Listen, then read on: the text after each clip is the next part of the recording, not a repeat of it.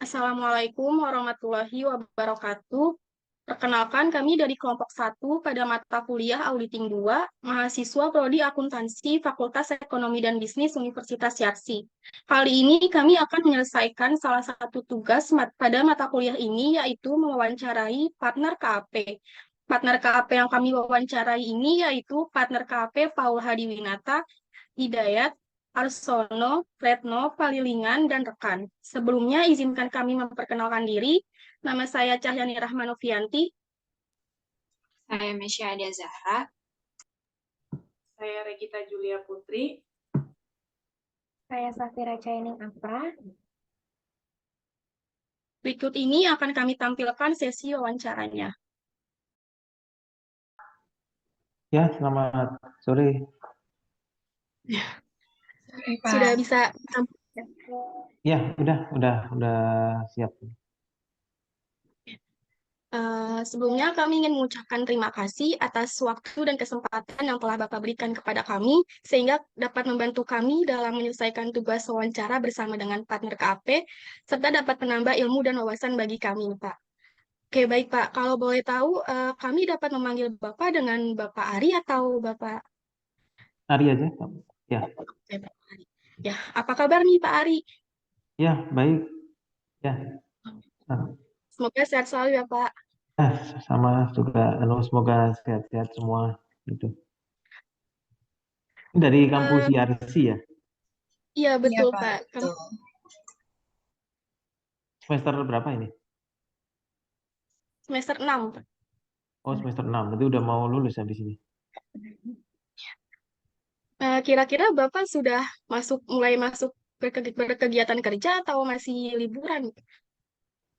Sudah masuk, kalau kantornya nggak tutup mulai apa itu Senin udah masuk karena kan kebetulan libur yang Lebaran kali ini kan mepet sama akhir April juga ya. Akhir April itu kan deadline untuk laporan auditnya harus selesai semua ya kan, harus lapor SPT juga gitu. Jadi ya jadi libur tapi nggak libur juga.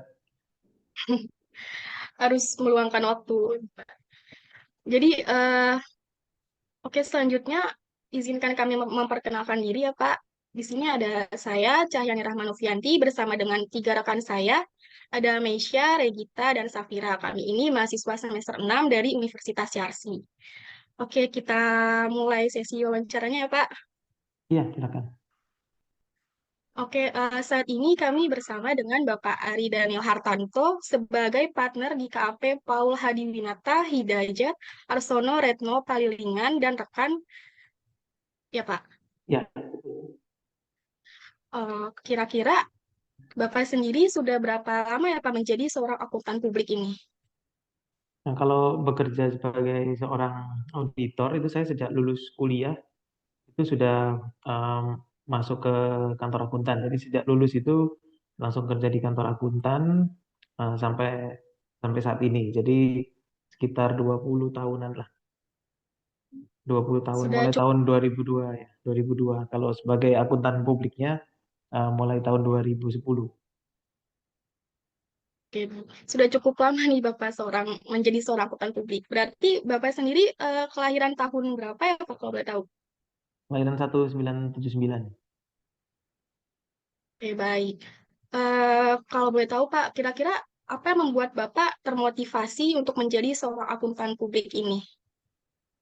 Ya, jadi kenapa kok saya termotivasi sebagai akuntan publik itu karena saya juga melihat bahwa profesi ini menarik ya sebagai uh, jurusan akuntansi ya, mahasiswa akuntansi. Kan tentunya sebelum kita lulus kan kita juga sudah mulai berpikir nanti setelah lulus ini nanti mau kerja sebagai apa gitu kan, mau sebagai akuntan di perusahaan, mau sebagai akuntan kerja di kantor akuntan publik, atau mau sebagai uh, pengusaha, atau mau jadi, atau mungkin nggak kerja mau jadi ibu rumah tangga kalau cewek ya itu kan macam-macam itu pilihannya. Saya waktu itu melihat bahwa ini profesi yang menarik ya, menarik, menjanjikan dilihat dari uh, jumlah akuntan publik yang ada di Indonesia ini jumlahnya juga tidak banyak, hanya waktu itu nggak sampai 1.000. Sekarang kalau di data kalau nggak salah 1.400 atau berapa gitu. Itu dibandingkan dengan jumlah perusahaan yang ada di Indonesia atau dibandingkan dengan jumlah penduduk Indonesia itu kan cuma 0,0 sekian persen gitu kan. Nah itu sehingga profesi ini cukup menjanjikan. Gitu. Saya melihatnya gitu dan uh, bagi saya menarik untuk menjadi seorang akuntan publik daripada menjadi akuntan di perusahaan. Saya lebih tertarik untuk menjadi seorang profesional. Oke, Kak. Berarti Bapak bisa dikatakan sudah mengincar sebagai akuntan publik dari sebelum lulus kuliah ya? Iya, itu karena kan di waktu kuliah ya sama kayak ini, Dayani dan teman-teman ini kan apa ikut mata kuliah auditing juga gitu ya. Nah itu kan dosennya kan waktu saya dulu dosennya itu partner cup partner dari salah satu Big Four itu dosennya itu dan beliau yang mengajar tentang auditing dan menjelaskan bagaimana audit itu gitu kan memang kalau cuma baca di teori ini apa gitu kan nah, tapi kalau mendengarkan dari yang praktisinya langsung apa yang dilakukan oleh seorang auditor itu apakah akuntan publik itu kerjanya apa saja tantangannya apa pengalamannya apa selama di klien nah itu menjadi hal yang menarik gitu bagi saya. Iya, betul. Oke, selanjutnya Pak, boleh diceritakan pada kami atau boleh di-sharing pada kami bagaimana perjalanan Bapak untuk menjadi seorang akuntan publik ini dari mulai kuliah yang Bapak tempuh atau sertifikasi yang telah Bapak ikuti. Ya, jadi saya kan lulus di sarjana ekonomi jurusan akuntansi itu tahun 2002 ya di Universitas Kristen Petra di Surabaya.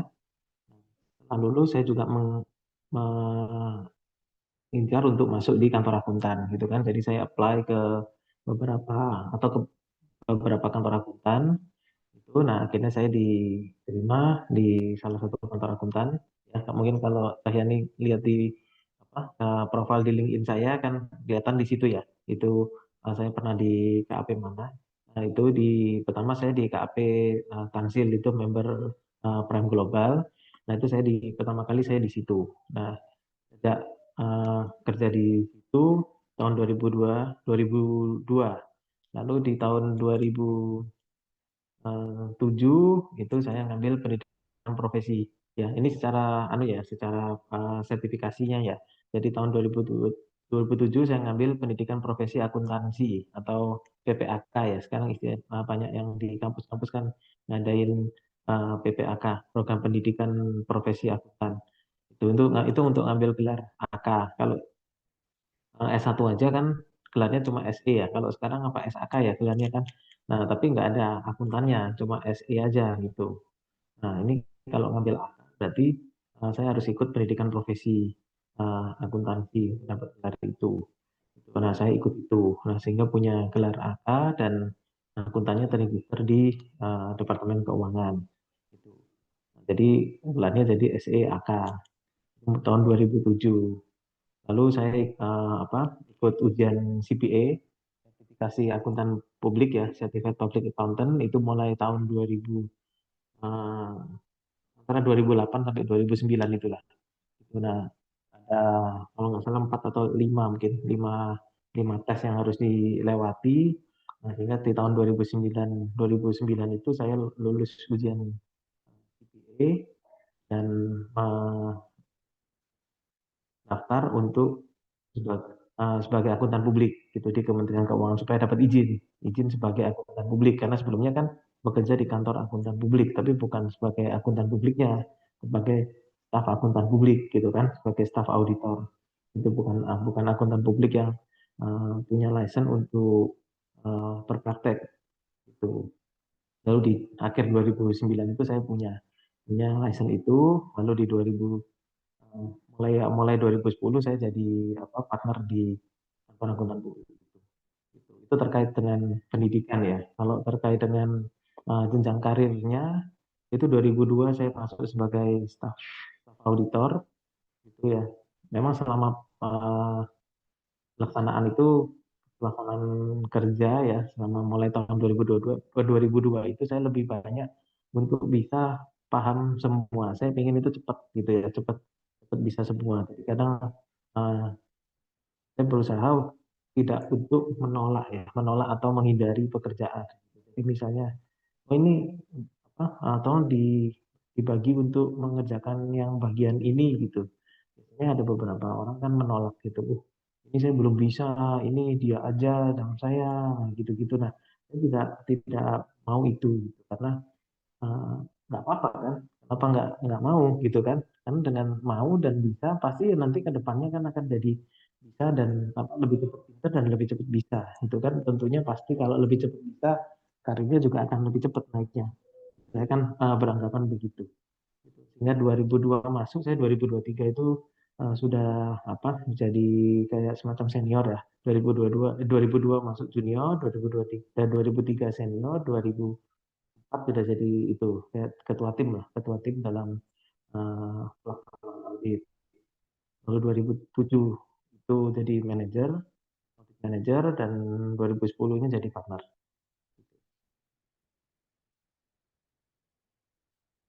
Itu ya terkait jenjang Cukup karirnya itu. Nah, itu masih di kantor akuntan yang Tansil itu.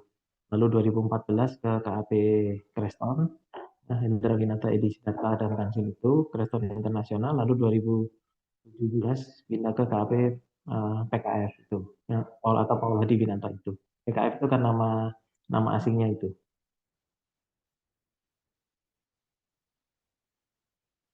Ya, itu terkait dengan apa karir dan pendidikan saya sampai menjadi akuntan publik. cukup panjang. Pasti Bapak memiliki apa ya, semacam strategi atau cara-cara supaya bisa menjalani profesi ini hingga saat ini nih, Pak. Boleh di-sharing mungkin strategi yang Bapak miliki, Pak? Ya, dalam profesi ini tuh yang penting bahwa kita harus satu mau tetap belajar, tetap belajar. Jadi jangan pernah merasa saya sudah bisa gitu. Karena apa mahasiswa itu atau saya bilang lulusan baru itu, oh saya sudah lulus satu, saya sudah bisa semua, ini sudah apa dapat gelar sarjana ekonomi gitu. Nah, padahal itu belum apa-apa gitu kan. Nanti dalam pelaksanaan kerjanya banyak sekali ilmu-ilmu lain yang harus dipelajari. Memang bukan berarti yang di kuliah itu tidak bermanfaat, itu sangat bermanfaat, tapi itu sebagai dasar gitu kan. Tapi dalam pelaksanaannya itu banyak hal lagi yang harus dipelajari gitu. Nah, selain itu juga eh, aturan itu berubah. Mungkin yang apa Cahyani ini pelajari sekarang di buku akuntansinya itu mengacu ke IFRS yang tahun berapa. Nanti mungkin 2 tahun lagi, 3 tahun lagi itu sudah diganti lagi. Nah, sedangkan kalau nggak ngupdate ilmunya masih pakai yang dulu di kuliah ya sudah nggak cocok. Gitu. Nah, peraturan apalagi belajar perpajakan. Ilmu perpajakannya sekarang sudah ikut yang peraturan pajak yang sekarang. Nanti tahun depan diganti lagi. Tahun depannya diganti lagi. Nah, kalau itu nggak diupdate ilmunya ya ketinggalan gitu. Yang ilmu yang dipelajari sekarang ya sudah nggak dipakai, gitu kan? Sudah diganti lagi nanti diupdate lagi. Tapi basic accounting-nya ya itu yang kita pelajari di kuliah sekarang itu. Nah, tapi berarti harus tetap mengupgrade ilmu. Dan kedua kalau di kantor akuntan tentunya harus punya apa mentalnya itu harus tahan banting gitu ya, karena pasti akan dapat pressure-nya cukup ketat di sini. Yang mirip kayak gini-gini lah misalnya sekarang ini. Nah, ini waktunya libur lebaran, orang masih suasana lebaran. Kemarin mulai tanggal 17 sudah banyak yang libur gitu kan. Nah, itu di KAP rata-rata nggak ada yang libur. Ya karena ya kliennya ya harus diselesaikan gitu kan. Nah, ini gimana mau libur atau kliennya nggak selesai auditnya lalu komplain nanti apa terlambat SPT nanti tahun depan kliennya hilang nggak diaudit ke kita lagi gimana? Nah itu ya ada beberapa hal yang harus dikorbankan. Kayak gitu-gitu ya itu nanti bisa diatur lah atau nanti libur yang ditukar berikutnya atau ya pada saat hari hanya itu ya apa cutinya itu tapi yang ketika cuti bersama masuk ya diatur sendiri lah. yang pada akhirnya pokoknya semua pekerjaan harus selesai dengan tepat waktu gitu. Atau juga kadang bukan terkait libur Lebaran, tapi yang kliennya minta misalnya akhir bulan apa Februari sudah harus selesai auditnya. Wah, ini gitu berarti harus ekstra untuk mengerjakannya supaya lebih cepat. Harus mungkin lembur atau apa lebih Sabtu Minggu harus masuk untuk menyelesaikan itu. Nah, kayak gitu-gitu ya memang ada banyak hal yang harus dikorbankan. Tapi ya saya tidak pernah merasa itu sebagai beban ya. Tapi ya itu kalau kita anggap itu sebagai suatu pencapaian kalau bisa menyelesaikan pekerjaan dengan tepat waktu itu menjadi suatu kebanggaan dan prestasi sendiri.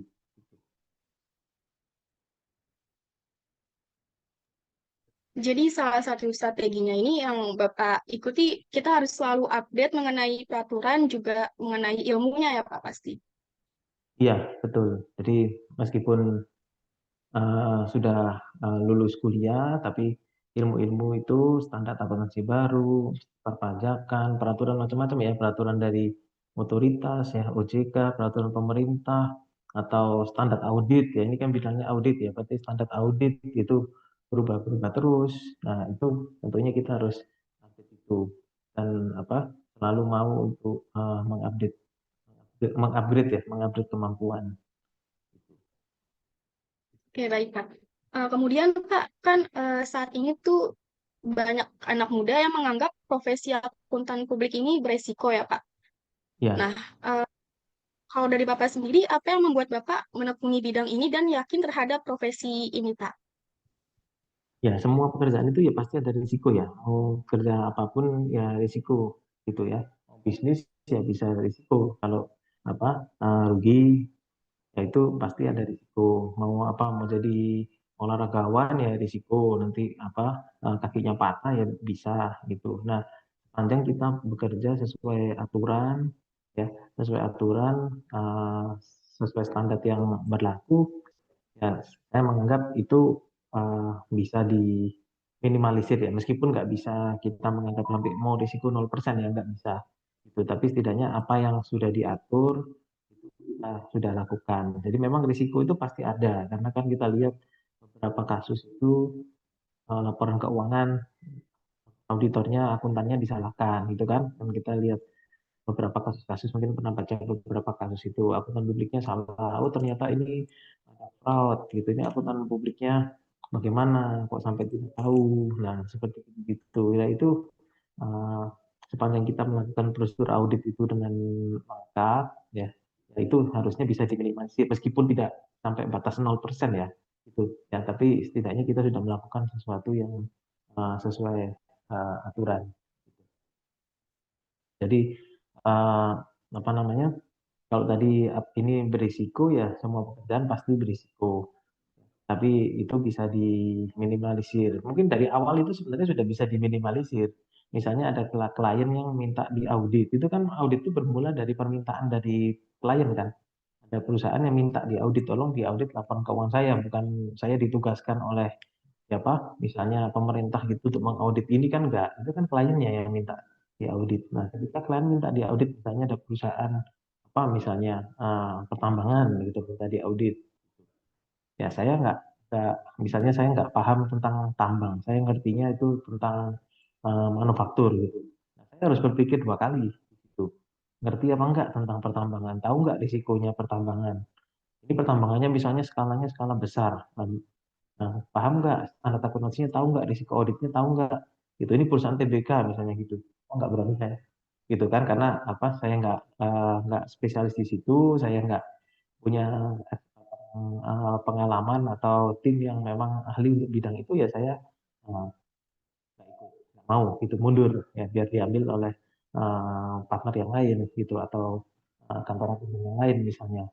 gitu. Nah, itu dari awal bisa diminimalisir gitu atau kita ini ada perusahaan minta diaudit perusahaan apa ini dilihat ini kok beritanya buruk-buruk ya gitu kan nah berani nggak pegang itu nah kalau pegang ya ada risiko auditnya harus lebih lebih ketat, sampelnya harus lebih banyak karena ada potensi-potensi seperti itu.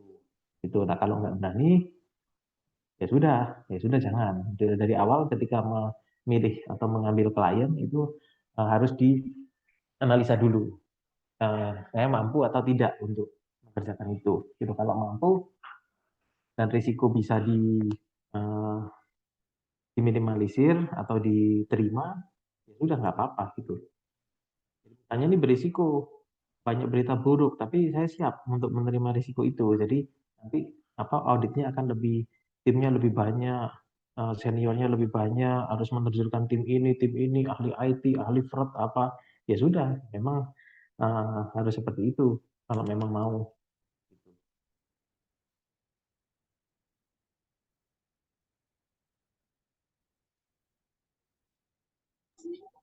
Baik, Pak. Mungkin untuk pertanyaan selanjutnya ini akan dilanjutkan oleh saya, Pak, Misha.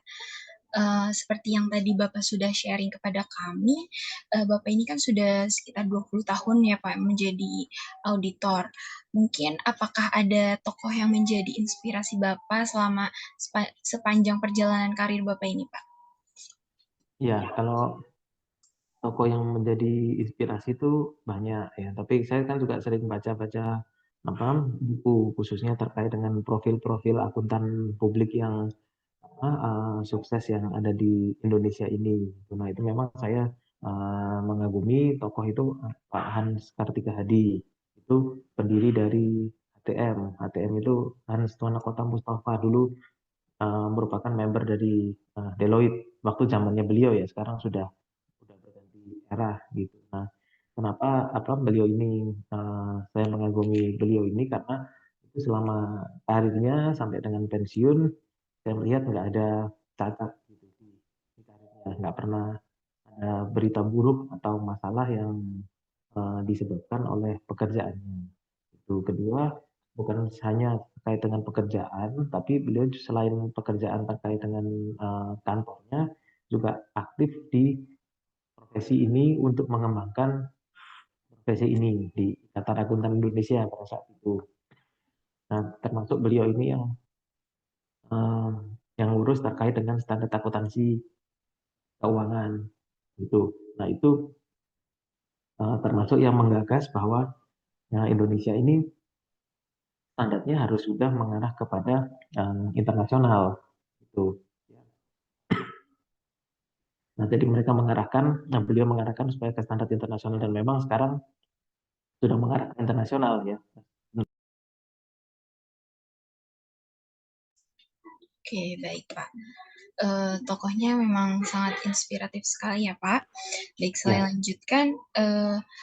Jadi kan selama perjalanan karir Bapak ini pastinya sudah banyak ya Pak perusahaan yang telah Bapak audit ini. Nah, kira-kira industri apa saja sih Pak yang sering Bapak audit ini? Mungkin ada juga Bapak spesialis audit di industri apa gitu Pak. Mungkin Bapak bisa sharing kepada kami. iya. Saya kebanyakan itu atau spesialisnya di industrinya lembaga keuangan. Jadi saya banyak untuk melakukan audit itu utamanya di lembaga keuangan seperti bank, multi finance, lalu fintech, dana pensiun seperti itu. Saya kebanyakan di situ. Saya jarang untuk pegang atau nggak pernah yang pegang yang eh, kayak pertambangan, lalu perkebunan gitu-gitu tidak. Jadi kebanyakan saya di lembaga keuangan. Memang ada beberapa yang kayak jasa, manufaktur gitu saya pernah gitu, tapi sebagian besar di lembaga keuangan. Oke, baik. Jadi Bapak sendiri ini emang spesialisnya di lembaga keuangan ya Pak dalam hal audit ini. Baik Pak, mungkin untuk pertanyaan selanjutnya ini saya akan lebih menanyakan lebih dalam lagi terkait profesi auditornya ya Pak. Jadi untuk menjadi seorang auditor itu pastinya kita harus bisa memahami terkait bisnis, bidang usaha, hingga resiko bisnis klien ya Pak. Mungkin apa Bapak bisa sharing terkait hal itu pada kami dan mungkin jika Bapak berkenan mungkin bisa diberikan contoh gitu, Pak. Terkait dengan apa tadi? Risiko audit. Iya, Pak. Jadi terkait dengan bisnisnya, bidang usahanya, hingga ke resiko bisnisnya itu sendiri, Pak. Oke. Ya, tadi saya kan sudah sampaikan kalau saya kebanyakan untuk mengaudit lembaga keuangan. Jadi saya kasih contoh terkait dengan pertanyaan itu misalnya di industrinya perbankan gitu ya. Bank itu bisnisnya apa? Bank itu kan bisnisnya menghimpun dana ya, bagi orang-orang yang kelebihan uang, ya kan? Lalu dihimpun eh, dalam bentuk tabungan, deposito, begitu. Nah, lalu disalurkan atau dipinjamkan kepada orang yang membutuhkan uang. Itu ya kan membutuhkan uang kalau mau eh, buka usaha atau beli mobil, beli rumah, itu kan kadang kan utang ke bank. Gitu. Jadi kan bank ini fungsinya intermediasi. Dia mempertemukan orang yang kelebihan uang sama yang kekurangan uang. Dia pertemukan gitu. Nah, dari model bisnisnya yang seperti itu, berarti kalau dikaitkan dengan risiko, ya seperti tadi yang disampaikan, ditanyakan risiko audit. Jadi risikonya apa? Kalau yang model bisnis begitu, berarti eh, nasibnya bank ini utamanya itu di tangan siapa kalau begitu? Berarti kan risikonya yaitu di tangan orang yang minjem, ya kan? Orang-orang yang minjem uang di situ, yang ngambil kredit di bank. Kalau yang ngambil kredit di bank itu nggak bayar semua, kreditnya macet semua, terus bagaimana mengembalikan uang orang-orang yang nabung di situ, itu kan? Nah, berarti kan eh, akan terjadi di satu titik di mana ketika yang minjem itu banyak yang nggak bayar, lalu banyak sekali pinjaman-pinjaman bermasalah, lalu orang yang deposito atau mau nabung itu mau narik uangnya, ya uangnya jadi nggak ada, karena uangnya ya di situ, di orang yang minjem yang nggak bayar itu kan dia kan kayak perantara begitu kan, ya kan? Nah, saya perantara, saya jadi bank gitu kan. Nah, itu Cahyani kelebihan uang, ditaruh di saya kasih bunga. Lalu nih Mesa kurang uang, uangnya dari Cahyani itu ya saya pinjamkan. Misalnya Cahyani saya kasih bunga 5%, ya saya pinjamkan ke Mesa bunga 10%, saya dapat untung 5. Kan begitu kan, bisnisnya kan sebenarnya simpel, cuma begitu. Gitu. Tapi ya gimana cara saya mengembalikan ke Cahyani ketika dia mau ngambil depositonya? Ya Mesa harus bayar dulu, kan gitu kan. Nah, kalau Mesa nggak bayar, saya kembalikannya gimana? Kan gitu. Nah, jadi risikonya di mana kalau begitu? Nah, risikonya adalah ketika saya memberikan kredit ke Mesa itu, saya harus yakin bahwa Mesa itu layak diberi kredit. Mesa itu mampu untuk kembalikan pinjamannya. Dia punya usaha yang jelas. Hasil usahanya itu cukup untuk bayar kreditnya, atau kalau karyawan gajinya cukup untuk bayar pinjamannya. Kan begitu. Nah, saya harus yakin itu. Nah, berarti risikonya adalah di pemberian kredit. Nah, jadi kalau merisa bank utamanya dari kredit-kredit yang diberikan itu bagaimana kondisinya, gitu. Lalu dihubungkan dengan akuntansinya. Apakah sudah dicatat benar-benar, pencatatan impairment-nya sudah benar. Nah, kurang lebih seperti itu. Oke, baik Pak. Mungkin yang terkait dengan lembaga keuangan itu memang resikonya ini pada ini apa yang nasib utamanya itu di tangan siapa. Mungkin pada kasus yang bank sendiri ya seperti yang tadi Bapak telah sharing yang tentang piutang piutang utang piutang atau pinjam meminjam itu ya Pak ya. Baik. Masih kami ya nanti ketika di jenis Iya. usaha yang lain ya bisa jadi berbeda lagi ceritanya, gitu kan? Ya kita di usaha apa misalnya nanti usaha apa namanya perkebunan itu misalnya. Nah, perkebunan risikonya di mana? Ya, ya di kelapa sawitnya itu. Itu kelapa sawit yang ditanam di kebun yang jumlahnya apa berapa ratus atau berapa ribu hektar, itu gimana kita meyakini bahwa itu dicatat dengan benar, itu kan? Nah, bagaimana penilaiannya? Nah, kayak begitu gitu, berarti risikonya beda lagi. Tambang nanti beda lagi, berapa nilai dari tambang itu, valuasinya berapa, ini masih mampu menghasilkan apa tidak.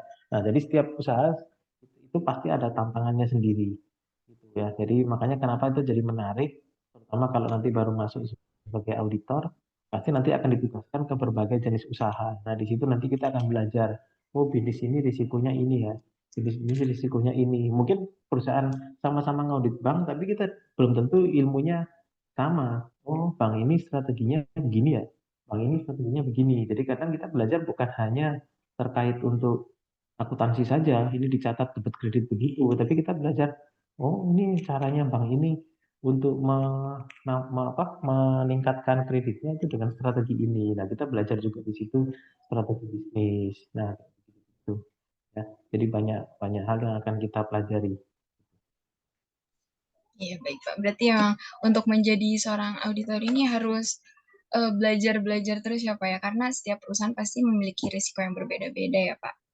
Baik, untuk selanjutnya dalam melakukan audit ini Pak, apa tim Bapak ini menggunakan bantuan software gitu Pak? Apabila ya mungkin apa itu software yang berbayar atau tidak ya Pak? Apa Bapak bisa sharing mungkin pada kami? Ya, dalam pelaksanaan audit kami juga menggunakan software audit. Jadi ini kalau kita mengaudit, misalnya mengaudit bank gitu ya.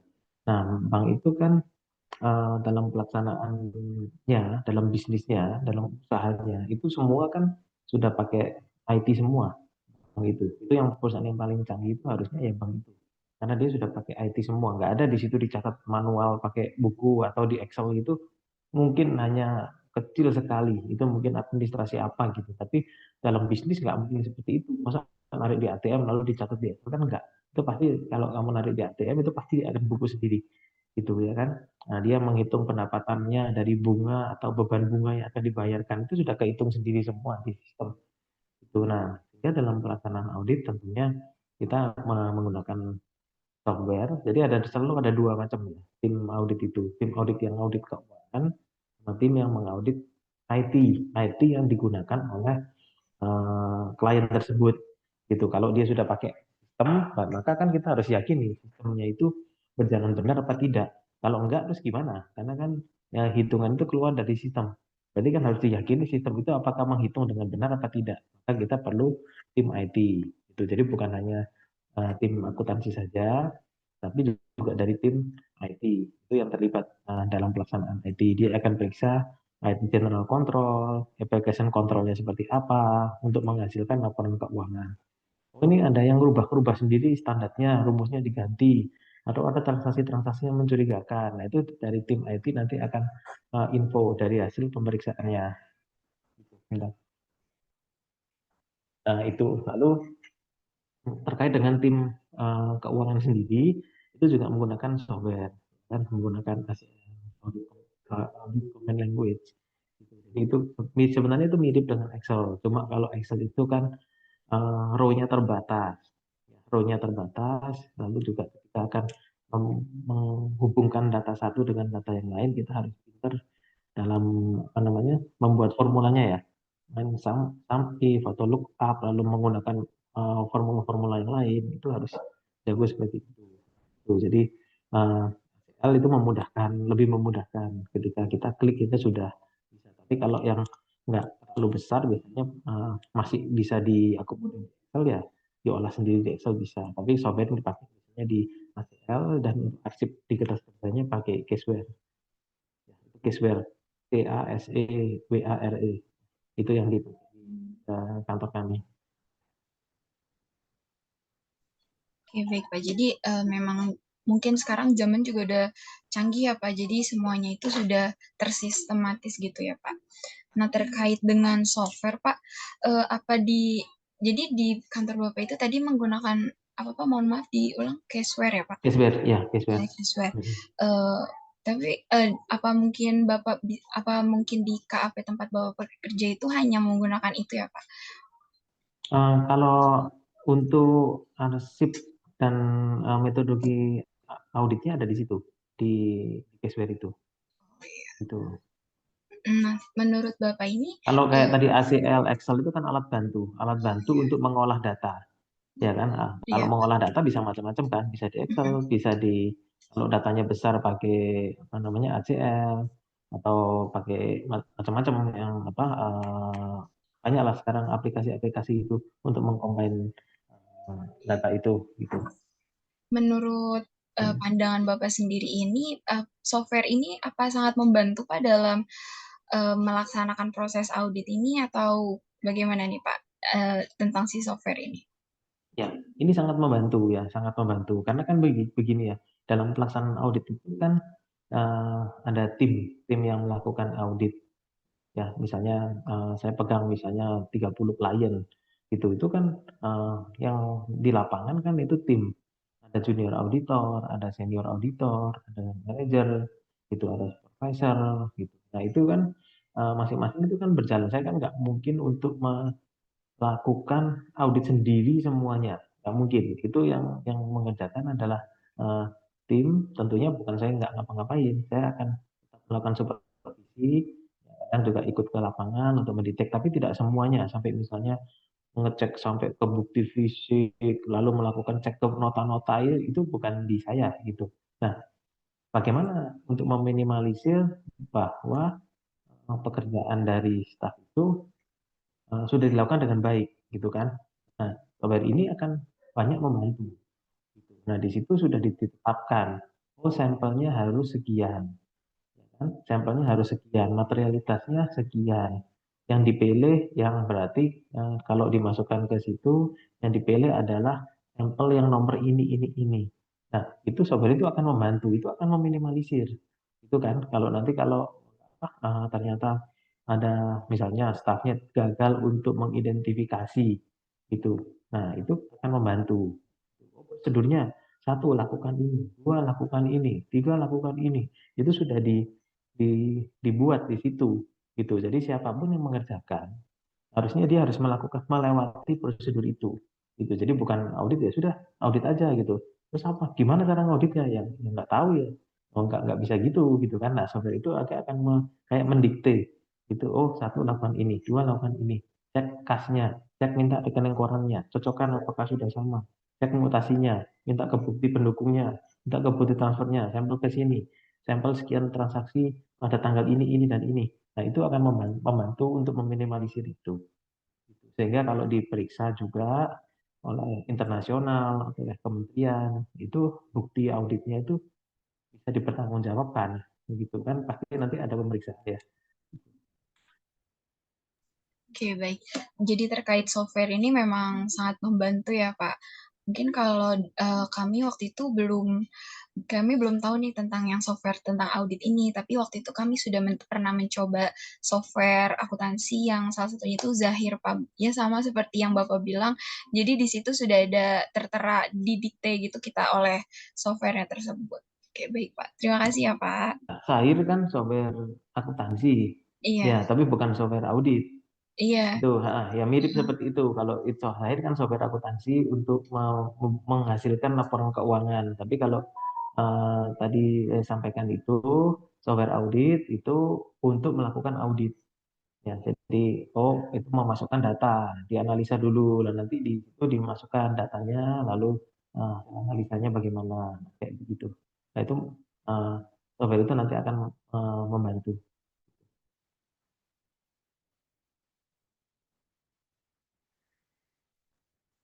Baik, Pak. Pertanyaan yang selanjutnya dilanjutkan oleh saya Safira ya, Pak. Iya, silakan Sabira. Jadi pertanyaan yang akan saya sampaikan ini mungkin lebih condong terkait dengan proses audit secara realnya nih, Pak. Jadi yang pertama, kan dalam melakukan proses audit itu ada yang namanya tingkat materialitas nih, Pak. Iya, Nah, dalam melakukan proses audit, itu untuk penetapan tingkat materialitas itu sendiri seperti apa sih, Pak? Kalau asli realnya nih. iya. Jadi di kita kan ada namanya metodologi auditnya itu PKF IAM ya. IAM itu International Audit Methodology. Nah, itu ada metodologi audit yang harus digunakan oleh kantor akuntan yang menjadi membernya PKF ini, gitu kan. Kalau dibilang tadi kan member dari PKF Internasional. PKF Internasional itu semacam organisasi audit. Itu membernya ada di banyak negara di dunia. Nah, itu ada metodologinya sendiri. Nah, itu di situ dijelaskan materialitas itu di situ diatur. Misalnya kalau listed company itu materialitinya misalnya sekian persen, 3% atau 5%. Kalau ini bukan apa TBK, perusahaan private company itu materialitinya misalnya lebih besar 8% atau 10%. Nah, itu ada apa pedomannya. Lalu 10% dari apa? 10% dari laba. Bagaimana kalau perusahaannya nggak laba, tapi malah rugi? Gitu. Nah, itu ada lagi di situ pedomannya. Kalau rugi, maka pakai pendekatannya misalnya dari omset atau total aset. Ini perusahaan ini sudah apa? Equity-nya sudah minus, rugi-rugi terus. Nah, pendekatannya pakai apa? Itu ada pedomannya di situ. Nah, itu yang kita acu untuk menghitung materialitasnya. Jadi mungkin setiap perusahaan itu berbeda-beda berarti ya Pak, tingkat materialitasnya ya, tergantung karakteristik perusahaan tersebut ya.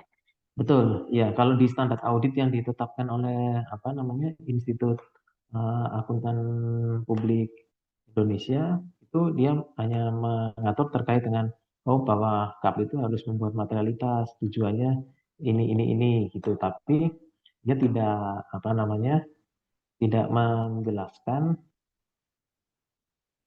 berapa materialitasnya itu. Itu. Nah, sehingga perusahaan itu atau KAP itu harus bikin sendiri itu kebijakannya. Nah, karena PKF ini kita member dari PKF, nah, dari PKF itu sudah menetapkan persentase dari realitasnya seperti itu. Itu uh, yang kita lakukan. Itu Baik, sebentar Pak. ya, saya coba lihat sebentar ya. Itu Ya. materiality.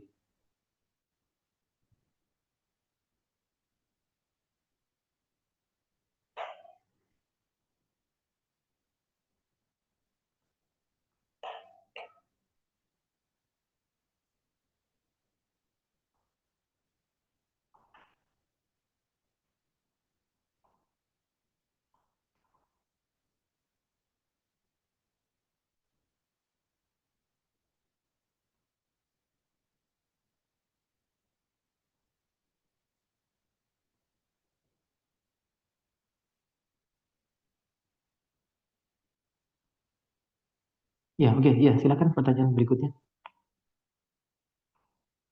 Untuk pertanyaan berikutnya nih Pak, untuk prosedur audit lanjutan itu kan ada yang namanya pengujian pengendalian, lalu juga ada pengujian substantif transaksi, ada prosedur analitis, dan juga pengujian substantif rinci saldo nih Pak. Ya, Cuman kan yang selama ini penjelasan mungkin dari dosen saya hanya sebatas teorinya saja nih Pak. Kira-kira untuk pengaplikasian secara realnya dari pengujian dan prosedur-prosedur tersebut dalam melakukan proses audit itu bagaimana ya Pak gambarannya? oke. Jadi itu pengujian-pengujian tadi yang disebutkan itu pengujian yang harus dilakukan selama pelaksanaan audit. Jadi saya jelaskan dulu kenapa kok ada macam-macam. Ada pengujian pengendalian, ada pengujian substantif, ada analytical prosedur, ada pengujian substantif rinci saldo. Jadi intinya bahwa uh, utamanya audit itu kan tujuannya apa? Tujuannya audit itu kan menyatakan kewajaran atas laporan keuangan. Opininya nanti bilang laporan keuangan wajar, gitu kan? Disajikan secara wajar sesuai PSAK. Itu kan bilangnya wajar ya. Wajar. Wajar itu apa artinya wajar? Wajar itu apakah wajar itu benar? Wajar berbeda dengan benar. Gitu kan? Kalau benar, ya benar, 100% benar. Gitu. Tapi kalau wajar, ya wajar itu bisa jadi ada error, tapi errornya itu tidak material. Ya, jadi misalnya saya disuruh menghitung uang yang ada di apa dompetnya eh, Safira, gitu kan? Saya hitung, saya sampel, oh ya 1 juta itu bagi itu apa menurut apa Safira sampaikan 1 juta. Ternyata setelah apa dicek lebih detail banget ternyata dan saya bilang tadi 1 juta itu wajar. Setelah dihitung ternyata oh ya 1.010.000. Oh, apakah itu saya bilang tadi bilang wajar itu salah? Ya enggak, memang ada selisih 10.000 tapi kan apakah 1 juta 10.000 itu dianggap material? Nah kita hitung lagi materialitasnya tadi berapa? Misalnya 5%. Nah 5% dari 1 juta berapa? Itu kan 50.000 ya 50.000 kan, nah 50.000 selisihnya 10.000 berarti nggak material gitu. Tapi ternyata ketika ternyata dihitung uangnya ternyata 2 juta, nah ya ini berarti selisihnya material gitu. Nah jadi Jadi itu salah, berarti audit saya kan gagal. Gitu. Nah, balik ke tadi. Nah, karena tadi audit itu tujuannya untuk menyatakan kewajaran laporan keuangan, dan kita tidak bisa melakukan pemeriksaan itu 100%. Ya, misalnya tadi saya contohkan saya diminta untuk audit bank gitu. Nah, apakah saya harus memeriksa semua orang yang pinjam itu di bank itu 100%? Kalau yang pinjam di bank itu ada 1 juta orang, apa saya harus periksa dokumen itu 1 juta? 1 juta apa dokumen itu saya periksa semua? Apakah semua pengeluaran biaya-biaya yang ada di bank itu yang jumlahnya banyak sekali, bon-bonnya itu saya harus buka satu-satu? Nggak mungkin saya lakukan itu. Kalau mau ngerjakan itu, ya saya harus setiap hari di situ, ya kan? Nah, itu kan nggak mungkin. Waktu audit kan tidak hanya digunakan untuk melakukan itu saja. Itu makanya kita kan ngambil namanya sampel, gitu kan? Nah, sampel itu digunakan untuk menentukan tadi kewajaran dari laporan keuangan, gitu. Nah, sekarang yang pertama tadi kan terkait apa tadi? Pengujian pengendalian atau kontrol ya, test of control. Nah, test of control itu yang buat laporan keuangan itu siapa? Kan bukan auditor. Yang bikin laporan keuangan itu kan perusahaan, ya kan manajemen gitu. Nah, yang tentunya dalam membuat atau menyusun laporan keuangan, kita harus tahu kontrolnya sudah dibuat manajemen itu apa. Ini siapa yang menyusun laporan keuangan? Kalau mau mencatat, prosedurnya bagaimana? Kalau mau mengeluarkan uang, prosedurnya gimana? Ini kontrolnya siapa? Ini kalau ini pengeluarannya dalam jumlah besar, yang harus disetujui sama siapa? Nanti setelah selesai transaksi, semua ada yang melakukan cek apa tidak, ya kan? Nah, itu namanya kan kontrol. Ya kan? Misalnya ini saya tanya ini kalau mengeluarkan uang gimana? Oh, harus ada permohonannya. Permohonannya harus disetujui atasannya. Lalu dari atasan diajukan ke kasir. Kasir lihat dulu nominalnya. Kalau nominalnya di atas 1 juta harus ke kepalanya. Kalau di atas 1 juta harus ke direksi, misalnya seperti itu. Nah, ini semua sudah jalan, sudah. Terus bagaimana kalau itu dilanggar? Nggak bisa, karena persetujuan pengeluaran uang yang bisa ngeluarin uang di banknya itu hanya ini sesuai dengan wewenang. Nah, berarti kan harus dipikir, oh, itu gimana caranya, celahnya di mana, gitu kan? Nah, kalau asalnya celah itu sudah tertutup semua atau kontrol itu sudah berjalan sudah didesain dengan baik, ya tentunya kita bisa lebih rely ya. Itu kalau di audit istilahnya rely on control itu. Nah, itu kita bisa lebih yakin, oh berarti ini proses penyusunan laporan keuangannya ini sudah baik, kontrolnya sudah jalan. Kemungkinan adanya penyimpangan atau tidak tercatat atau fiktif itu kecil kalau caranya seperti ini. Nah, itu kalau pengendaliannya sudah baik, nah tentunya kita sebagai auditor akan lebih aman. Nah, ketika kita lihat, ini nggak ada kontrol sama sekali, ya kan? Ini yang nyatet juga asal-asalan, ini juga yang ngecek juga nggak ada, lalu ini nggak ada dokumennya juga dibiarkan, akhir hari nggak ada yang ngecek. Nah, terus ini gimana? Ini nyatet sama yang mengeluarkan uang sama, misalnya gitu. Ini caranya begini, berarti kemungkinan salahnya besar. Maka sampel saya harus lebih besar, gitu kan? Nah, itu. Jadi kita harus memutuskan dulu di awal tujuannya, pengujian pengendalian. Oh, saya yakini, oh internal kontrolnya bagus. Berarti kalau internal kontrolnya bagus, pengujian substantifnya harus banyak enggak? Enggak kan? Karena pengujian kan kontrolnya bagus. Kalau kontrolnya jelek ya sampelnya harus lebih banyak lagi. Kalau jelek sekali mungkin ya harus diperiksa semuanya. Kan gitu. Nah, itu pengujian pengendalian. Nah, setelah pengujian pengendalian baru pengujian substantif. Nah, pengujian substantif itu pengujian detail atas akunnya. Coba kita lihat mana perhitungannya, tes ulang, rekalkulasi, ya kan? Coba perhitungannya, ini nilai persediaannya dari mana, hasil opnamnya mana, dihitung pakai metode apa, metode average, dites ulang. Nah, itu pengujian substantif. Tapi kan kita nggak mungkin melakukan pengujian substantif itu semua. Tadi saya bilang itu, ya kan? Nggak mungkin semua. Makanya harus yakini dulu kontrolnya jalan apa tidak. Nah, kontrol itu ada di banyak lini, ya. Cash disbursement, penerimaan dan pengeluaran uang, lalu payroll, sistem penggajian karyawan, itu yang risiko-risiko, lalu pembelian, proses pembelian barang bagaimana, proses penjualan barang bagaimana, nah proses penyusunan laporan keuangan bagaimana, itu ada ada beberapa elemen kontrol yang harus diperiksa. Baru masuk ke pengujian substantif berdasarkan hasil pengujian internal tadi. Kalau internal kontrolnya bagus ya substantifnya akan lebih kecil. Kalau internal kontrolnya jelek, substantifnya harus lebih besar. Itu. Nah, berikutnya prosedur analitis. Prosedur analitis itu sama, itu melakukannya sebelum substantif. Jadi pengujian pengendalian sama prosedur analitis. Prosedur analitis itu membandingkan tahun lalu omsetnya 1 miliar, tahun ini 10 miliar. Kok naiknya banyak banget ya? Kenapa ini? Itu tanya, diskusi sama manajemennya. Oh, karena ini. Oke, nah itu prosedur analitis. Jadi kita lihat, oh hati-hati karena penjualan meningkat. Cek apakah ini penjualannya benar apa tidak, fiktif atau tidak. Atau juga menganalisa, ini kok aneh ya? Penjualannya apa? Nggak naik, tetap misalnya 1 miliar, tahun ini 1 miliar, tapi piutangnya nambah banyak. Ini jangan-jangan bayar semua mungkin yang transaksi ini. Nah, berarti risikonya di mana? Itu analytical procedure itu justru bagian besar dari fraud itu ditemukan lewat prosedur analitis. Karena nggak wajar. Mana ya? Pendapatannya segini, biayanya kok segini. Pendapatan segini, kok rasio piutangnya kok segini, rasio inventory turnover-nya kok segini, kok aneh ya? Nah, kayak begitu-begitu. Karena kalau test of detail agak sulit. Karena tadi itu, karena kita nggak mungkin periksa 100% semua. Gitu ya, berdasarkan sampel. Tapi ya tentunya sampel itu ya harus ada metodenya ya. Tapi kebanyakan fraud itu deteknya dari situ. Apalagi kalau perusahaan besar itu makin sulit. Mau detek gimana? Itu. Nah, berarti analisa kita harus benar-benar tajam. Gitu kan? Nah, lalu apalagi itu? Pengujian rinci saldo. Ya, pengujian rinci saldo ya tadi yang saya sudah jelaskan ya.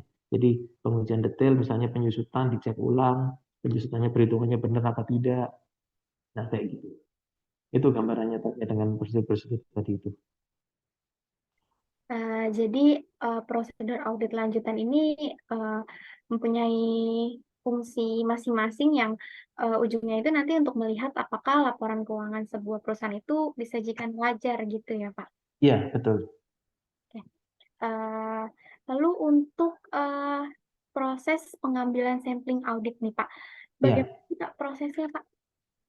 pengambilan sampel audit ya, pengambilan eh, sampel audit kita pakai ada metodologinya juga yang ditetapkan di eh, PKF. Jadi kalau misalnya jumlah transaksinya ada sekian, maka sampelnya itu harus jumlahnya sekian. Nah, kayak begitu. Nah, lalu itu yang diambil sampel itu yang nomor berapa? Itu juga ada metodenya. Gitu. Nah, dari situ nanti oh berarti kita ngambil yang harus misalnya menata, ngambil sampelnya transaksi penjualan. Sampelnya ambillah di setiap bulan harus ada sampelnya, misalnya gitu. Jangan ambil sampel itu yang di apa 1 bulan saja, atau ngambil misalnya sampelnya diminta ambil 20 sampel, 20-20-nya ada di bulan Januari semua. Nah, itu nggak boleh gitu. Gitu. Berarti ada metodenya tersendiri ya, Pak, dalam audit ini ya. Iya, Lalu selanjutnya nih, Pak, untuk proses dari awal audit dilakukan sampai diterbitkannya laporan auditor independen nih, Pak. Itu urutannya dimulai dari mana ya, Pak? Pasti kan prosesnya panjang ya, Pak. ya. Jadi kan pertama kan tentunya kita menerima perikatan dulu dengan klien. Ya, ada klien yang minta diaudit, lalu kita analisa dulu, kita mampu atau tidak, kita mau atau tidak mengaudit perusahaan itu. Setelah kita lihat, oh kompetensinya kita mampu, waktunya ada, sumber dayanya siap, ya kita masukkan penawaran gitu kan, kita ajukan fee-nya berapa gitu. Nah, lalu di situ klien approve atau tidak dengan fee itu ada negosiasi di situ. Misalnya, oh kemahalan fee-nya kliennya nggak mau, ya sudah, berarti nggak jadi. Tapi ketika deal di sesuai fee yang ditawarkan, maka terjadilah uh, kontrak itu ya, atau perikatan kerja itu terjadi. Nah, lalu kita lakukan audit dari tahap awal, itu tentunya dengan permintaan data terlebih dahulu. Permintaan data-data awal, lalu meeting, kick off, biasa disebut dengan kick off meeting atau entry meeting. Nah, di situ kita diskusi atau jelaskan terkait dengan rencana audit, dan dari manajemen nanti menyampaikan apa saja yang terjadi selama tahun berjalan. Nah, kayak begitu. Lalu kita melakukan audit, ya pelaksanaan audit. Nah, lalu ada di situ nanti temuan-temuan audit, audit findings, nah, atau adjustment-adjustment yang diusulkan. Oh, ini salah catat penyusutan misalnya gitu. Oh, ini ada penjualan yang belum dicatat. Nah, lalu kita mengajukan usulan untuk dikoreksi. Ini harus dikoreksi penjualannya, ada yang harusnya belum boleh dicatat, ini sudah dicatat misalnya gitu. Nah, lalu di situ nanti ada diskusi. Manajemen pasti punya alasannya kenapa tidak dicatat. Nah, lalu akhirnya kita misalnya, oh nggak bisa, ini harus dikoreksi. Tapi manajemennya misalnya nggak mau, jangan dikoreksi pokoknya. Nah, di situ nanti kita harus lihat apakah kesalahan. Berarti kan ada salah itu di laporan keuangannya. Itu material atau tidak. Kalau material ya berarti pengaruhnya ke opini. Kalau nggak material ya berarti ya sudah, berarti ya tidak pengaruh ke opini, tapi ya itu jadi notes ya, jadi audit finding. Kalau misalnya manajemennya ya udah koreksi aja, ya sudah, berarti setelah itu kita simpulkan hasil meeting tersebut, temuan-temuan audit sudah disampaikan, mana yang harus dikoreksi, nah sudah disesuaikan semua, kita berikan uh, opininya. Jadi setelah meeting itu, nah lalu diterbitkan laporan keuangan yang audit. Tapi itu nanti ada dokumen-dokumen yang harus diselesaikan atau pertanggungjawaban dari manajemen. Itu karena kan yang tanggung jawab laporan keuangan kan manajemen, dan auditor kan atas opininya. Gitu. Berarti sampai laporan auditor independen itu tiba atau terbit, itu ada approval dari pihak manajemen juga ya, Pak ya? Iya, betul, harus itu karena kan yang bertanggung jawab, yang punya laporan keuangan itu kan manajemen ya, bukan bukan kita. Gitu. Jadi dia bertanggung jawab atas angkanya itu, dan kita memberikan pendapat atas opini. Gitu. Jadi misalnya tadi contohnya dia nggak mau dikoreksi dan jumlahnya material, ya sudah. Jadi kalau misalnya tetap nggak mau, yang dia punya laporan kan dia, ya manajemen ya sudah.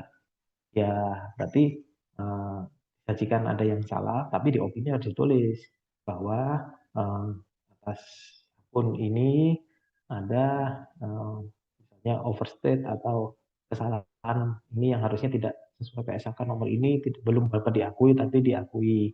Sehingga opininya apa wajar dengan pengecualian, atau kalau sangat material sekali bisa jadi tidak wajar atau apa, ya itu yang perlu disampaikan di opini. Tapi kalau sudah mau dikoreksi semua ya sudah, berarti kan clean. Nah, WTP. Baik. Lalu selama Bapak berkarir nih Pak sebagai auditor, yang mana saat ini sebagai partner ya Pak yang akan memberikan opini. Pernah tidak Bapak memberikan opini selain dari wajar tanpa pengecualian terhadap perusahaan-perusahaan yang sudah Bapak audit, Pak? Ya, kalau terkait dengan opini yang saya itu pernah ya, pernah. Jadi tapi memang nggak banyak kali gitu. Yang jadi apa? eh, Pernah kita berikan opini yang selain dengan wajar tanpa pengecualian, karena misalnya ada standar akuntansi tertentu yang belum diterapkan, atau ada transaksi yang harusnya dicatatnya kalau sesuai PSAK begini, tapi dia tidak mau, tapi dia mencatatnya seperti ini. Nah, tetapi uh, apa kebanyakan sekarang perusahaan karena saya pegangnya kan lembaga keuangan ya, lembaga keuangan itu kan uh,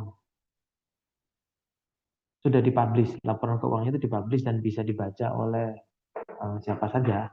Itu kan kalau mau cari laporan keuangan bank kan tinggal buka di IDX atau di websitenya itu ada. Jadi biasanya sih mereka sudah mulai transparan. Jadi seperti itu, kadang sudah minta nggak mau lah sampai kalau sampai terjadi opini selain WTP. Jadi biasanya kalau ada yang harus disesuaikan ya sudah disesuaikan aja, daripada nanti dikasih opini yang tidak wajar, akhirnya kan mempengaruhi reputasi dari perusahaan. Tapi kalau perusahaan yang yang tidak listed atau yang masih tertutup, bisa jadi kayak begitu-begitu tuh ada gitu kan, untuk keperluannya dia sendiri. Kadang udah nih nggak usah dibukukan yang begini-begini, itu ada. Karena saya jarang pegang itu. Jadi jadi kebanyakan memang WTP. Tapi ada, saya pernah kasih yang selain WTP. Misalnya apa namanya tidak mau mencatat atau transaksi tertentu itu ada. Jadi beragam gitu ya Pak ya setiap perusahaan. Tapi Bapak pernah gitu memberikan selain Nah, WTP ya? WTP aja dengan pengecualian pernah, tidak memberikan pendapat pernah, ya itu pernah, tidak wajar juga pernah. Baik Pak.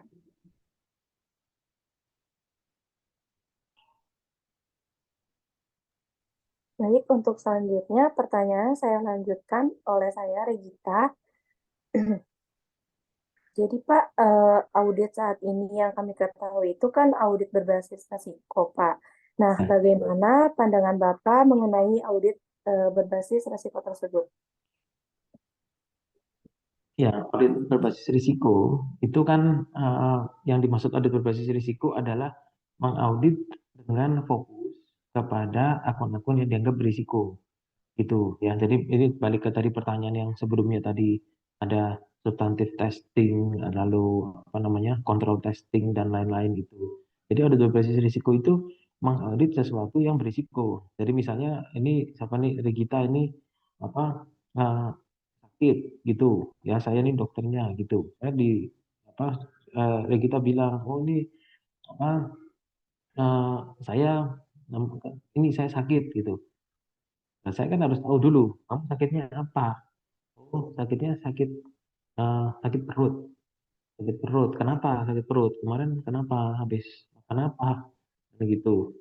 Oh, habis makan ini. Berarti kemungkinan mungkin ini kebanyakan cabai atau apa? Makannya kotor, kurang bersih kan seperti itu.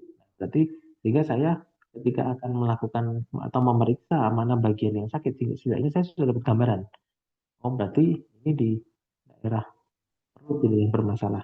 Gitu kan? Apakah ketika saya bilang tadi Regita bilang saya sakit perut, saya meriksanya sampai ujung kaki itu diperiksa, ngapain juga saya periksa itu, gitu kan? Tetap pasti juga nggak menemukan apa-apa, mestinya ya, karena kan risikonya tadi sudah disampaikan di situ. Itu. Nah, di space audit ya seperti itu.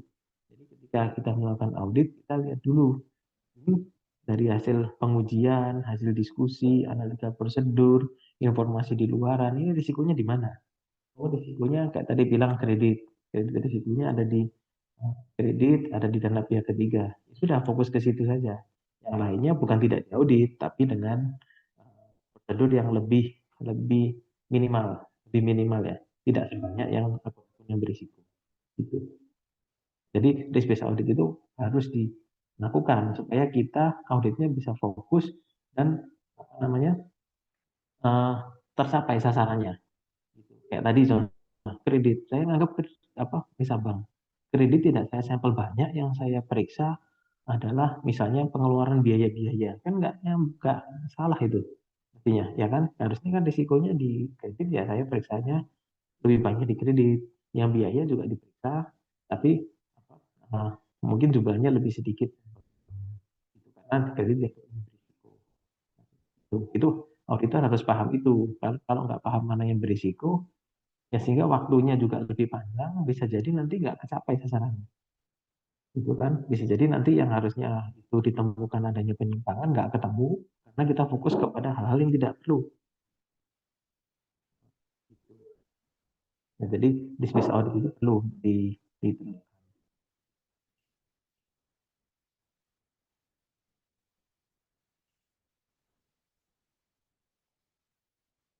ya, berikutnya gimana? Mohon Mbak, Bapak tadi jaringan saya di sini terkendala. Untuk pertanyaan berikutnya, kira-kira Bapak pernah nggak menemukan fraud dalam proses audit? Jika pernah, berikan contoh dan jelaskan kepada kami bagaimana tanggapan Bapak atas temuan tersebut dan dampaknya terhadap opini yang diberikan. Jadi kalau menemukan fraud pernah ya, kita pernah menemukan fraud itu, yaitu fraud yang terkait dengan misalnya markup ya, markup atas apa namanya pembelian barang, lalu fraud atas apa adanya transaksi yang tidak sengaja tidak dicatat karena itu transaksi fraud, Atau misalnya tadi kayak contoh misalnya kredit tadi ya, misalnya di perbankan bahwa kredit itu ternyata itu adalah fiktif ya, itu. Nah, lalu bagaimana terhadap dampaknya terhadap opini audit? Nah, kita harus apakah kalau terjadi fraud lalu opininya tidak WTP gitu ya, ya belum tentu begitu juga, begitu ya kan? Ya nggak selalu begitu kan? Audit itu kan kewajaran laporan keuangan. Sekarang misalnya terjadi fraud, direksinya ya paham ini ada fraud. Nah, atas kredit itu misalnya ternyata pinjaman itu ternyata memang itu fiktif. Nah, kalau fiktif berarti apa? Cara akuntansinya berarti apa? Ya, berarti itu kan harus dikoreksi, harus kita akui sebagai kerugian, gitu kan? Kan ini fiktif. Nah, perusahaan ya udah nggak apa-apa, koreksi aja sebagai kerugian. Ya sudah, berarti kan atas plot tersebut sudah dicatat atas akuntansinya dengan benar, itu kan? Nah, seperti itu. Lalu eh, fraud yang lain juga kita harus lihat dampaknya laporan keuangan ini bagaimana, gitu loh. Kalau dengan adanya fraud ini bagaimana? Misalnya perusahaan manufaktur, kita tahu 6 persediaannya, ternyata persediaannya selisih dengan hasil opnam. Kalau selisih dengan hasil opnam dan jumlah signifikan, ternyata diketahui indikasi ternyata barangnya itu banyak yang dicuri. Berarti kalau gitu berarti hubungannya kemana kalau persediaan fiktif? Persediaannya salah, HPP-nya salah, ya kan? Nah, itu apalagi nanti yang kena. Nah, itu dihubungkan semua. Nah, itu sekarang berarti kan prosedur auditnya harus lebih banyak lagi. Berarti kalau mau itu apa dibenarkan, maka dampak fraud itu harus dibukukan dengan benar. Oh, ini berarti sudah persediaannya dikoreksi aja sesuai hasil opnam fisiknya memang ada segitu, ya sudah koreksi aja, sisanya diakui loss. Nah, kalau seperti itu ya sudah, ini bisa jadi wajar. Jadi sebenarnya bukan berarti kalau ada fraud itu selalu tidak, bukan berarti tidak boleh WTP ya. Ya, tapi kita harus lihat fraud itu dampaknya ke laporan keuangan apa. Gitu. Kalau dampaknya ke laporan keuangan sudah disesuaikan, loss-nya sudah diakui, ya sudah, gitu kan. Berarti kan perusahaan sudah ngakuin, kan sudah dibukukan. Gitu. Kecuali kalau fraud lalu persediaannya selisih, dibiarin selisih, di neracanya ternyata itu selisih, ternyata orang lain tahu oh, itu bodong, nah itu baru. Nah, itu kan, tapi ini sudah dikoreksi, ya sudah. Tinggal nanti dibikin disclosure aja, ada kejadian fraud, dampaknya sekian, dan sudah dibukukan sebagai kerugian. Nah, opini ya wajar. Jadi kita harus lihat dampaknya, sehingga laporan keuangannya tidak sampai Anda salah. Gitu. Kalau dampak fraudnya sudah dibukukan, bisa diantisipasi, sudah bisa dibukukan sesuai standar, opininya bisa wajar. Gitu. Jadi kita harus tahu dampaknya dulu kemana. Gitu. Nah, baik Pak. Untuk pertanyaan selanjutnya, saat ini kami sering mendengar big data. Nah, apakah ada dampak penggunaan big data dalam proses audit saat ini, Pak? Ya, big data itu kan data yang apa jumlahnya sangat besar sekali, ya itu yang biasanya digunakan oleh siapa?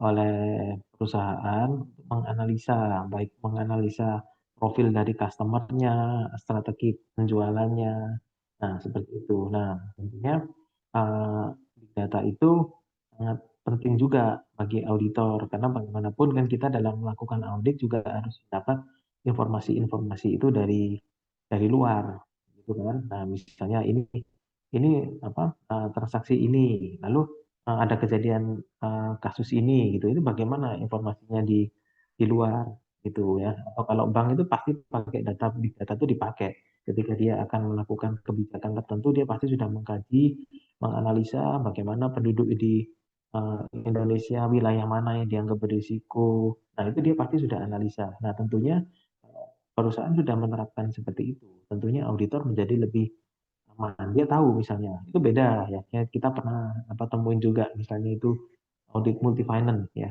Multi finance yang kredit mobil itu loh, ya. Multi finance itu kebetulan multi finance salah satu merek yang cukup terkenal. Misalnya, apakah memberikan kredit untuk mobil misalnya Avanza sama memberikan kredit untuk Toyota Yaris atau memberikan kredit untuk pembelian mobil Fortuner itu risikonya sama atau beda? Nah, dia punya big data yang menganalisa itu. Gitu. Oh, ternyata yang jenis ini lebih berisiko dibanding yang jenis ini. Dianalisa, oh karena alasannya ini. Nah dia sudah tahu gitu. Lalu daerah-daerah mana yang berisiko? Oh ternyata yang di kota ini atau kabupaten ini banyak yang nggak bayar ini. Kenapa sih? Dianalisa, oh memang ada ini. Dia tahu alasannya. Oh orang-orangnya itu agak gini ya di daerah sini ya. Ya, hati-hatilah sama yang di daerah situ ketika akan memberikan pinjaman. Nah, itu pentingnya big data itu seperti itu. Apa momen-momen di mana kita harus bisa melakukan apa namanya penjualan. Itu kebanyakan klien yang pakai ya. Jadi kalau tadi dihubungkan dengan audit, audit itu lebih banyak menggunakan big data itu dalam melakukan analisa. Tapi kliennya tentunya harus sudah pakai dulu. Jadi dari situ kita gunakan untuk mengukur risiko audit kita. Oh, berarti dia sudah menganalisa itu. Gitu, ya kan? Kayak misalnya apa e-commerce, nah gitu dia tahu kapan ini eh, harus keluarin promo di mana di apps-nya diskon beli kopi besar apa 50% di jam berapa dia tahu. Gitu. Nah itu dia pasti sudah analisa oh profilnya ini kalau orang makan siang pasti beli kopi. Jadi saya ngeluarin promonya itu 1/2 tepatnya begitu pasti itu diambil gitu. Kalau bikin promonya jam 12 malam ya nggak ada yang ngambil. Nah itu pentingnya data seperti itu. Nah audit itu akhirnya menggunakan data itu untuk mengukur risiko auditnya. Seperti itu berarti mana yang area-area mana yang harus saya periksa.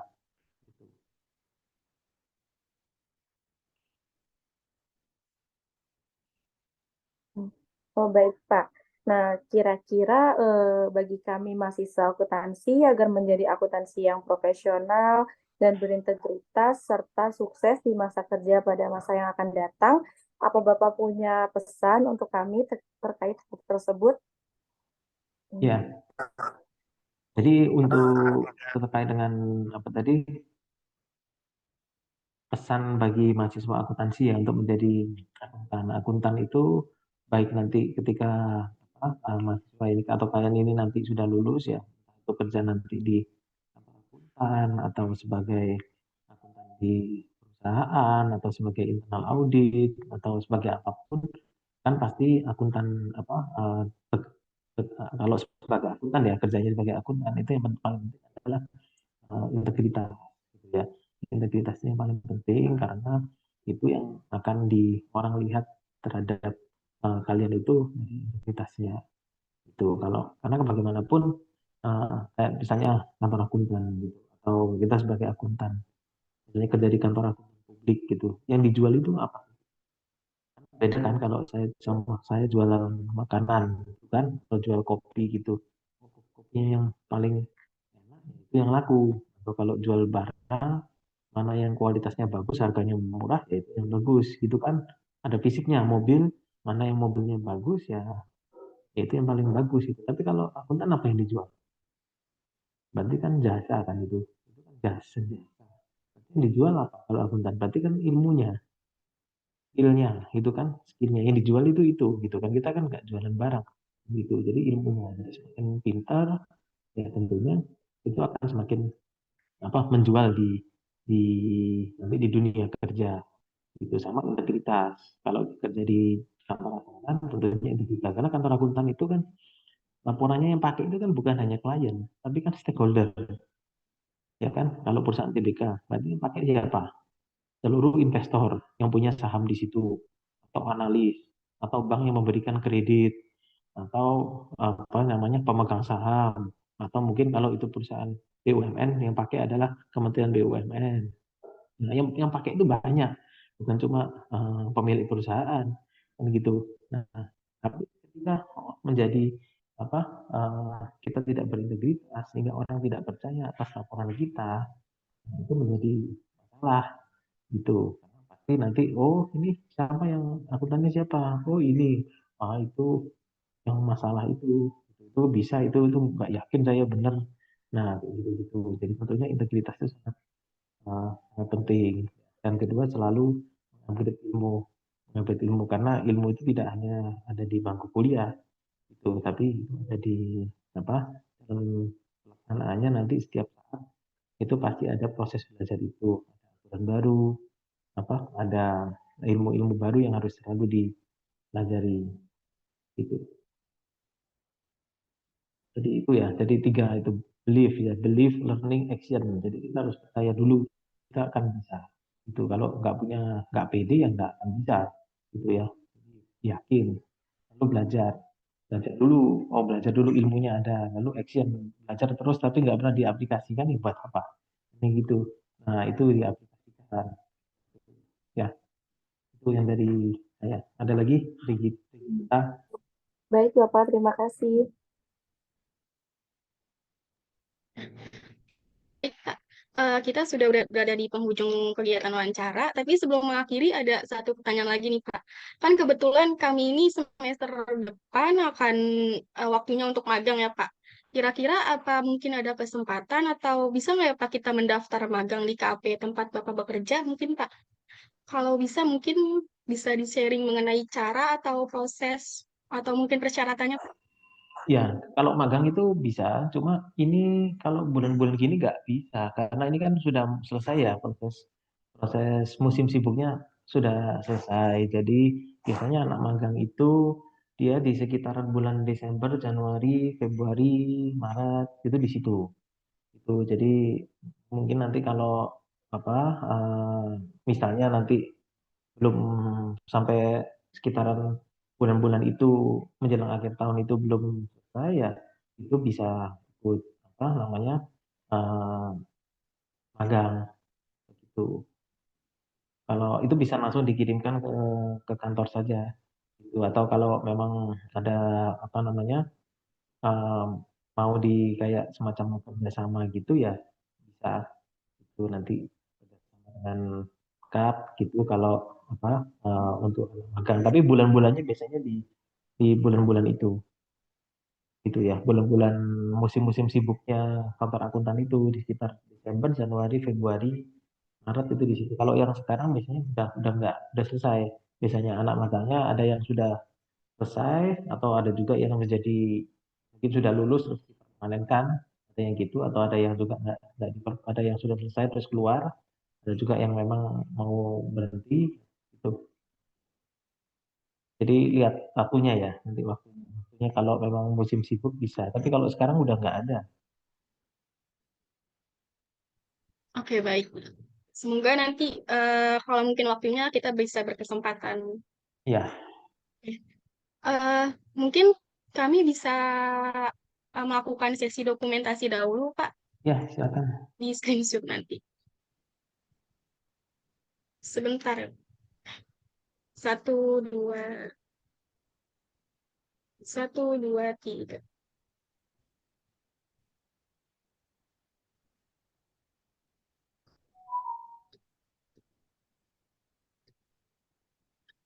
Oke, Pak. Terima kasih banyak ya, Pak, atas ilmu serta waktu yang telah Bapak berikan pada kami. Tentunya sangat bermanfaat dan menambah ilmu bagi kami, Pak. Kami juga ingin mohon maaf apabila sepanjang kegiatan wawancara ini terdapat kesalahan baik dalam kata maupun perbuatan kami. Semoga kami bisa kembali bersilaturahmi bersama Bapak di kesempatan lain. Terima kasih, Pak. Semoga sehat Terima selalu. kasih. Terima kasih Sukses banyak ya, selalu Pak. nanti di kuliahnya. Ya, Ya, makasih. Terima Ya, kasih, Ya, Pak. saya izin live dulu ya. ya, Ya, Pak. terima kasih.